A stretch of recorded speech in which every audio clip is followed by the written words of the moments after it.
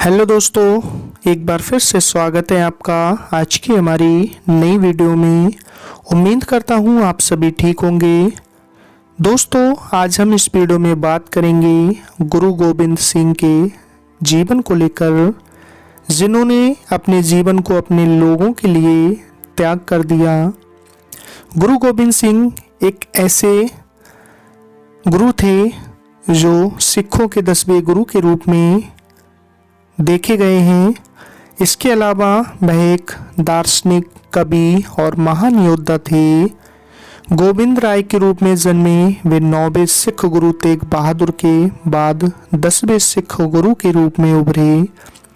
गुरु तेग बहादुर को मुगल सम्राट औरंगजेब के आदेशानुसार सार्वजनिक रूप से सिर कलम कर दिया गया था, क्योंकि उन्होंने इस्लाम में परिवर्तित होने से इनकार कर दिया था।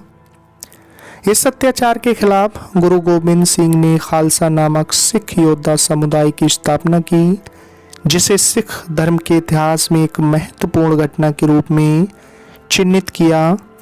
उन्होंने 5 लेखों को 5 ककार के रूप में प्रसिद्ध भी पेश किया और हर समय पहनने के लिए खालसा सिखों को आज्ञा दी।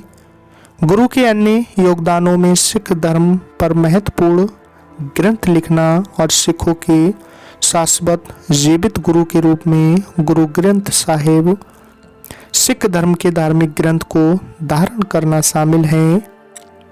तो चलिए बात करते हैं इनके जन्म और स्थान को लेकर और इनके प्रारंभिक जीवन को लेकर। गुरु गोबिंद सिंह का जन्म 22 दिसंबर 1666 को पटना में गुरु तेग बहादुर और उनकी पत्नी गुजरी के घर हुआ था। जन्म के समय गोविंद राय रखा गया था इनका नाम। वे दंपति एकमात्र संतान थे। उनके पिता सिखों के 9वें गुरु थे और गोविंद राय के जन्म के समय असम में एक प्रचार यात्रा पर थे।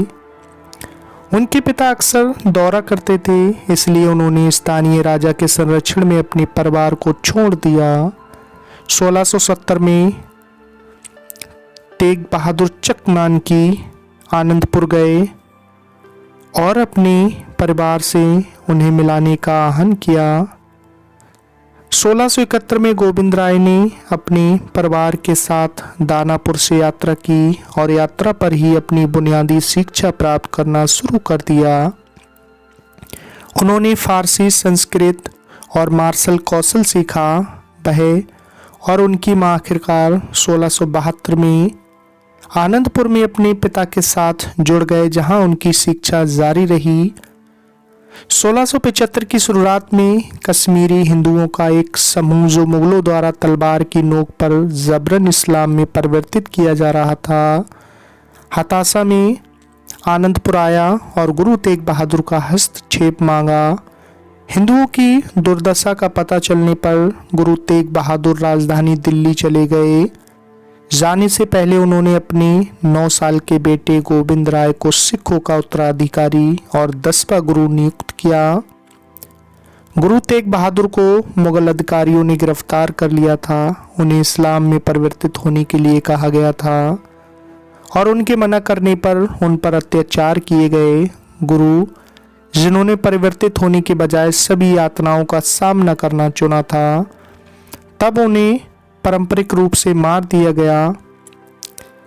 तो बात करेंगे खालसा की स्थापना और जीवन के संघर्ष को लेकर। गोविंद राय को औपचारिक रूप से 1676 में बैसाखी के दिन, जो कि वार्षिक फसल कटाई का त्यौहार होता है, गुरु बनाया गया। वह एक बहुत ही बुद्धिमान और बहादुर लड़के थे, जिसने बड़ी त्रासदी के बावजूद केवल विवेक और परिपक्वता के साथ गुरु पदवी की जिम्मेदारी संभाली। मुगलों के साथ तनावपूर्ण संबंधों को ध्यान में रखते हुए उन्होंने समर्पित योद्धाओं की एक मजबूत सेना बनाने पर ध्यान केंद्रित किया, जो सभी मानवता की गरिमा की रक्षा के महान उद्देश्य के लिए लड़ते हुए अपने जीवन को खुशी से बलिदान करेंगे। उन्होंने सिखों के सभी अनुयायियों से बैसाखी के दिन 13 अप्रैल 1699 को आनंदपुर में एकत्रित होने का अनुरोध किया।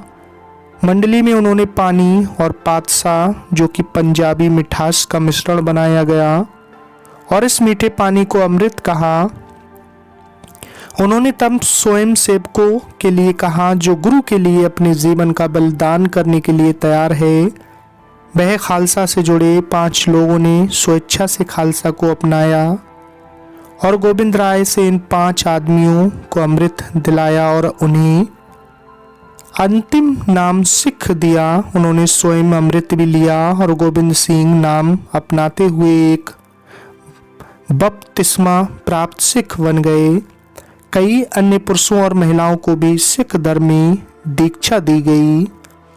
गुरु गोविंद सिंह ने तब फतवों के 5 अनुच्छेदों की स्थापना की, जिन्होंने बपतिस्मा वाले खालसा सिखों की पहचान की। खालसा के 5 प्रतीक थे।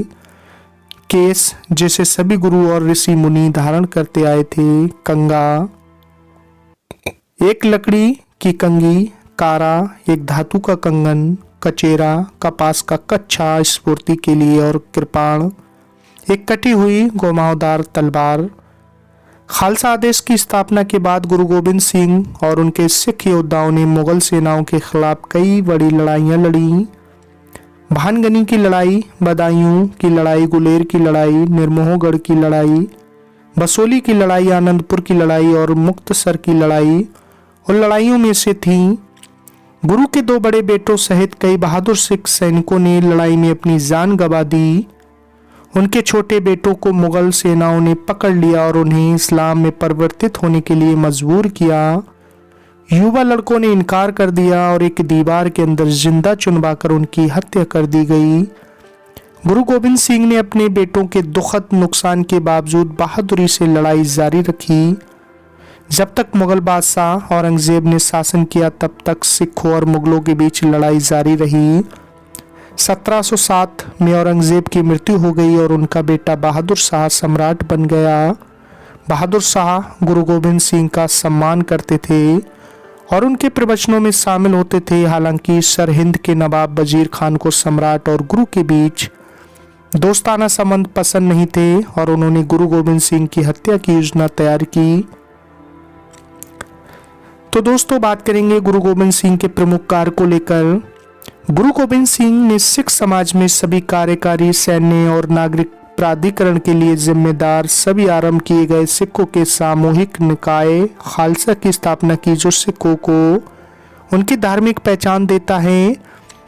उन्होंने गुरु ग्रंथ साहिब की रचना पूरी की, जो ईश्वर के गुणों का वर्णन करने वाले भजनों या बानी का संग्रह है। गुरु गोविंद सिंह के व्यक्तिगत जीवन के भी बारे में आपको बताएंगे। उनके वैवाहिक जीवन के बारे में अलग अलग विचार हैं। कुछ इतिहासकारों का मानना है कि उनकी एक पत्नी माता जीतो थी, जिन्होंने बाद में अपना नाम बदलकर माता सुंदरी रख लिया, जबकि अन्य सूत्रों का कहना है कि उनकी शादी 3 बार हुई थी। उनकी 3 पत्नियां माता जीतो, माता सुंदरी और साहिब देवी थीं। उनके 4 बेटे थे, अजीत सिंह, जुझार सिंह, जोरावर सिंह और फतेह सिंह। 1708 में सरहिंद के नवाब वजीर खान ने 2 पठानों जमशेद खान और बासिल बेग को गुरु की हत्या के लिए भेजा। जमशेद खान ने गुरु को दिल के नीचे घाव कर दिया। घाव का इलाज एक यूरोपीय सर्जन द्वारा किया गया था, लेकिन ये कुछ दिनों के बाद फिर से खुल गया और गहरा रक्तस्राव होने लगा। गुरु गोविंद सिंह को लगा कि उनका अंत निकट है और उन्होंने गुरु ग्रंथ साहिब को अपना उत्तराधिकारी घोषित किया। उनका निधन 7 अक्टूबर 1708 को नांदेड़ में हुआ।